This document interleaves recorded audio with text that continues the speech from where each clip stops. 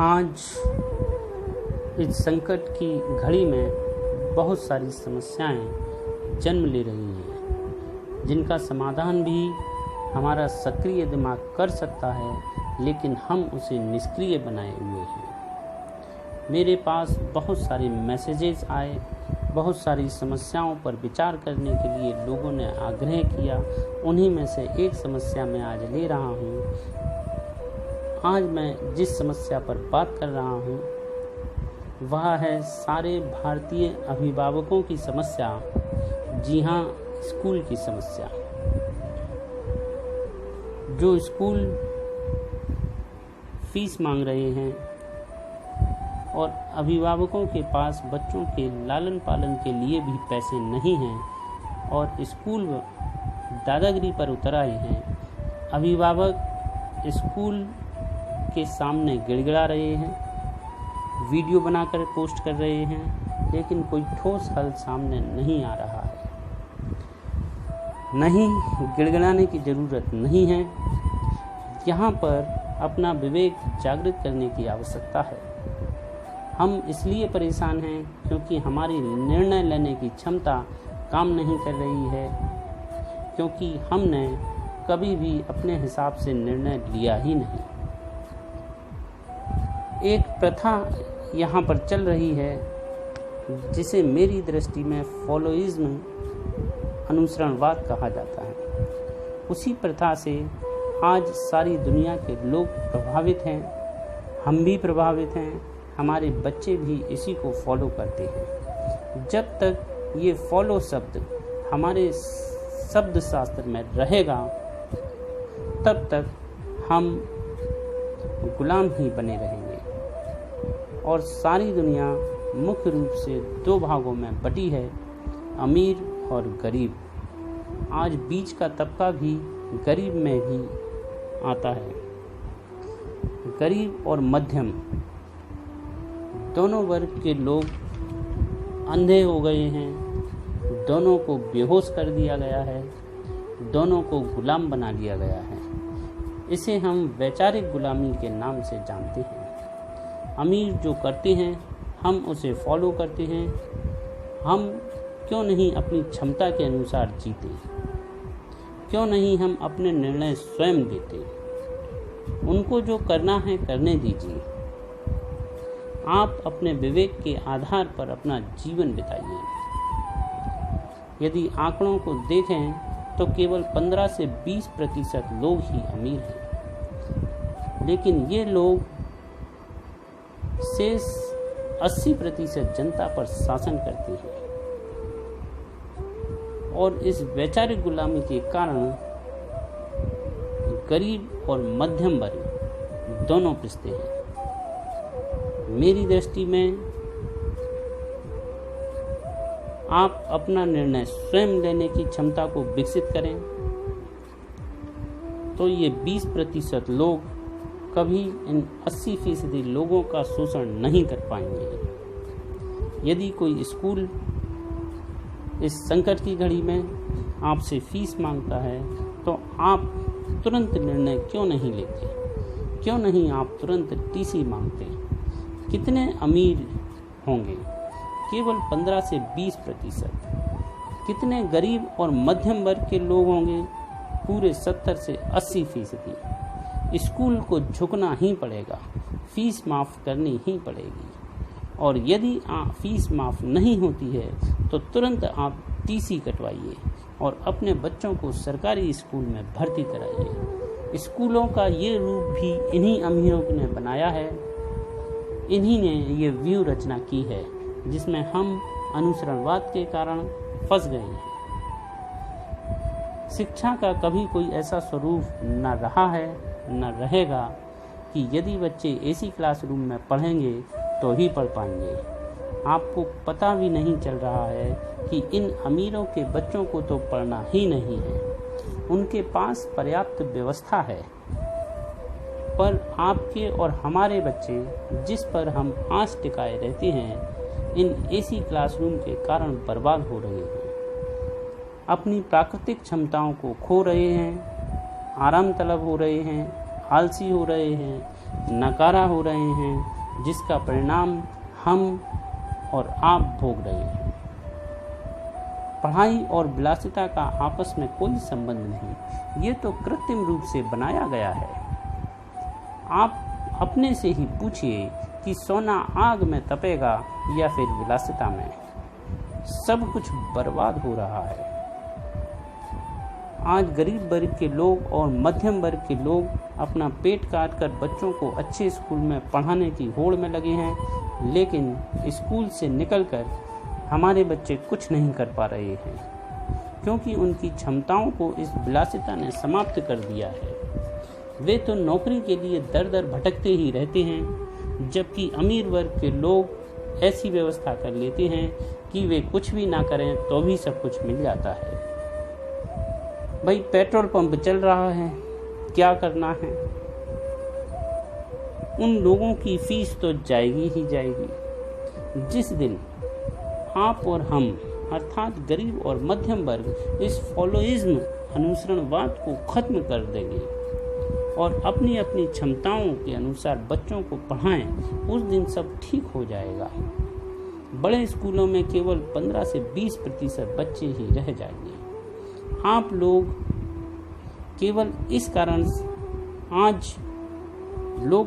इस कारण से आत्महत्या कर रहे हैं क्योंकि वे अपने परिवार का भरण पोषण नहीं कर पा रहे हैं। कौन बनाता है ऐसी परिस्थितियों को जिसमें एक व्यक्ति अपने बच्चों सहित स्वयं का जीवन समाप्त कर लेता है? यही अनुसरणवाद और कोई नहीं। आप सभी से आग्रह है, जागिए और अपने विचारों को जगाइए। इस अंधे अनुसरणवाद को त्यागिए।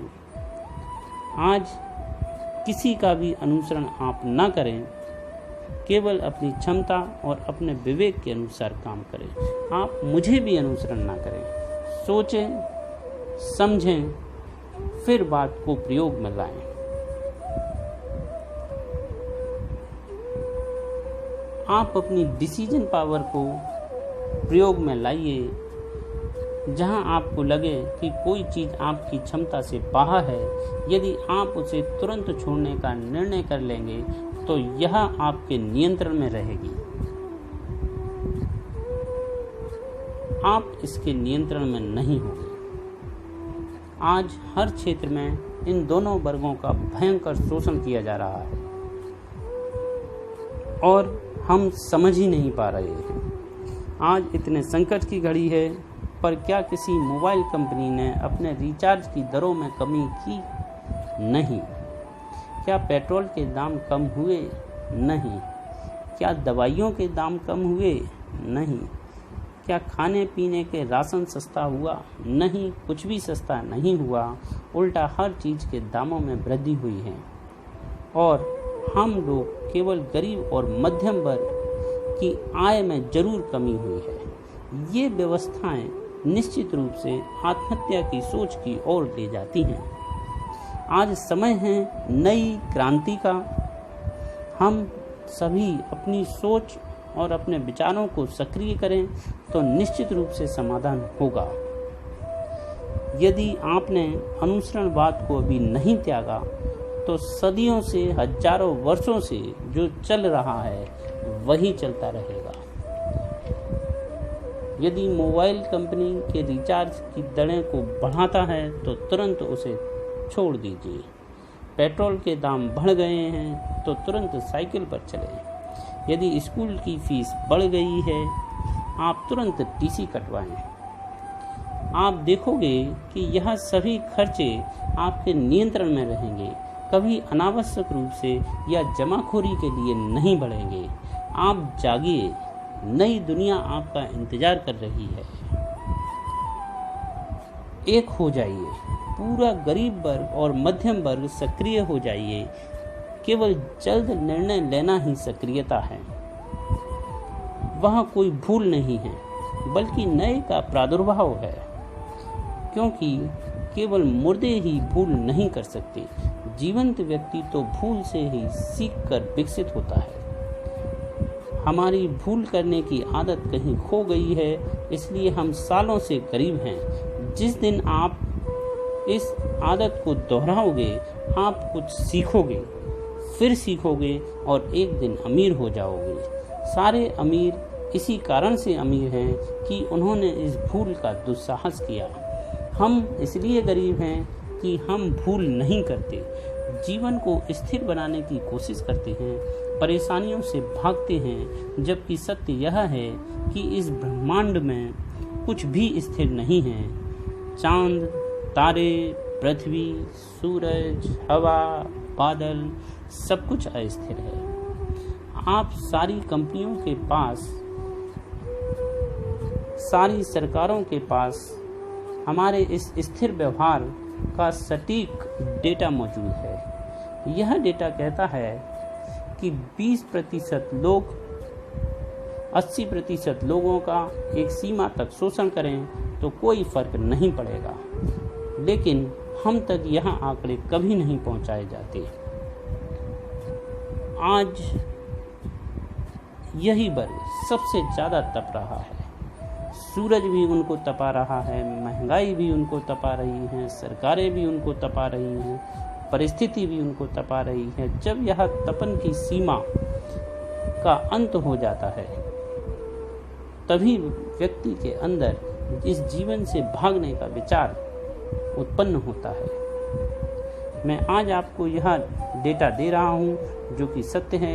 यदि गरीब और मध्यम वर्ग के लोगों को अपना जीवन शांति के साथ जीना है तो झुठला दीजिए इस व्यवहार के डेटा को, बदलिए अपना व्यवहार, सक्रिय कीजिए अपना दिमाग। एक ही सूत्र है, दाम बढ़े तो वस्तु अधिक से अधिक लोग त्याग दें। किसी भी चीज़ की आदत ना डालें। आप देखोगे कि आपके अच्छे दिन आ जाएंगे। कोई सरकार आपके अच्छे दिन न ला पाएगी, आपको खुद ही निर्णय लेने होंगे, तभी आपके अच्छे दिन आएंगे। जब तक ये स्टडी का डेटा झूठा साबित नहीं होगा, तब तक हमारा इसी तरह से शोषण होता रहेगा। जो स्कूल फीस अनावश्यक रूप से बढ़ाता है, आप तुरंत बच्चे को निकालें और सरकारी स्कूल में भर्ती कराएं। आप थोड़ी जानकारी भी रखिए, हमारे अधिकतर IAS और IPS अधिकारी इन्हीं सरकारी स्कूल से पढ़े हैं। अभाव ही विचारों की उत्पत्ति का कारण है, सुविधा विचारों के विनाश का कारण है। अभाव से जो नई प्रकाश की किरण फूटकर आती है, वही बच्चे का जीवन बनाती है। सरकारी स्कूलों में भी अच्छी पढ़ाई होगी जब बच्चों की संख्या ज़्यादा होगी। सरकारी शिक्षकों पर भी दबाव पड़ेगा। जितने लोग सुन रहे हैं, एक बार इस प्रयोग को, इस भूल को करके देखिए। एक बार स्कूल से कहकर देखिए कि TC काट दीजिए। यदि आपको समाधान प्राप्त हो तो इस विचार को, इस धारणा को इतना फैलाइए कि एक नई वैचारिक क्रांति आ सके। अमीर लोग विचारों की शक्ति को समझ सके। अभी बहुत से अमीर लोग आलोचक बनकर इस विचार को, इस तर्क को गलत सिद्ध करने की कोशिश करेंगे, लेकिन इसके प्रयोग से ही आपको सत्य का ज्ञान हो जाएगा। धन्यवाद।